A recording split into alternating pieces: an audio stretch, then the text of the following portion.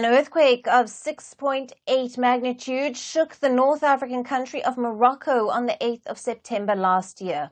It killed nearly 3,000 people, displaced 500,000 citizens, and destroyed nearly 60,000 homes. It was the strongest earthquake that the country had witnessed in 120 years. 1 year on, the horrors of the widespread devastation continue to haunt the citizens. Most of the villages in the high Atlas Mountains of central Morocco are still struggling to find their path to normalcy.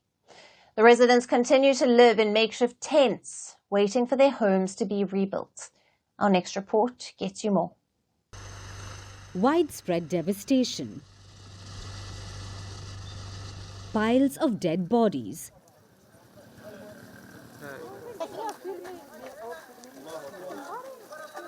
Buildings turned into ruins.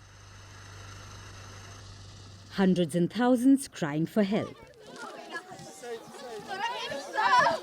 These sites narrate the horrors of a deadly earthquake that battered Morocco last year.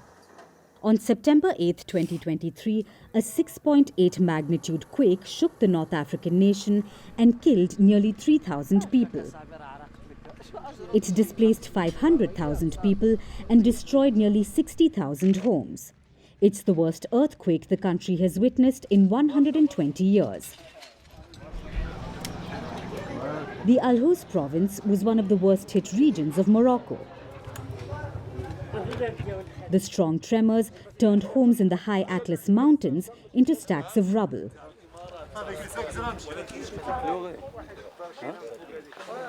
The return to normalcy has been slower than what Moroccans must have hoped for. 1 year on, much of the damage from the quake continues to haunt citizens in towns like Amizmiz. Here, the people are still trying to rebuild their houses. They had to navigate a multi-step bureaucracy to secure funds from the government required for restoration work.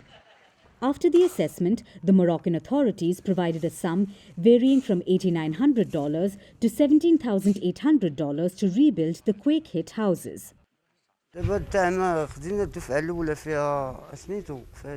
I got the first and second installments of support, which is $4,000 to rebuild. We are now waiting for the third installment to complete the construction work. We feel that things are going well despite the delay in these procedures. When we started building, the engineer came to monitor the construction process and approve it so that we can get the remaining amount of support. The situation is no different in another mountain village of Imin Tala. The quake destroyed almost the entire village, and the authorities decided not to rebuild it due to the risk of falling rocks from the mountain.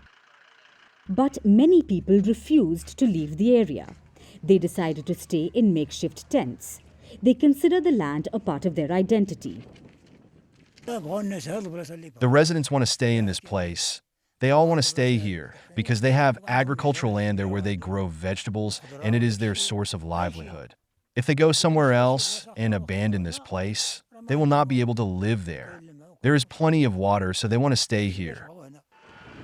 The residents of neighboring Tinmel village are also living a similar misery. The village is popular for its historic Tinmel mosque, which was being renovated when tremors shook the area. Now, a year later, the authorities have initiated restoration work to preserve the historical site. We are working on rebuilding the house well and strongly, and we are trying to use strong building materials. I have not yet obtained the building permit, but I have obtained the support. I receive $250 per month. Rebuilding homes in this rough terrain comes with a challenge. The residents not only need a roof over their heads, but also need to ensure that it can protect them from future earthquakes. We are not afraid now because we are rebuilding the house well. We are using good and strong building materials. I used iron supports of 12 centimeter thickness and strong foundations here. I got the building permit and everything is fine. The Moroccan government is doing its bit to help people. The authorities have issued over 55,000 reconstruction permits. According to the Moroccan government, nearly 1,000 families have been able to build a home for themselves. The government has disbursed a monthly support of around $700 for close to 64,000 families. This means thousands of families are yet to recover from the damage caused by the earthquake. And the figures don't reveal the misery of those who couldn't secure support from the government. Many have been forced to seek alternative sources of funds to rebuild their houses or stay in temporary housing. It seems for people in these areas, the road to normalcy is still long.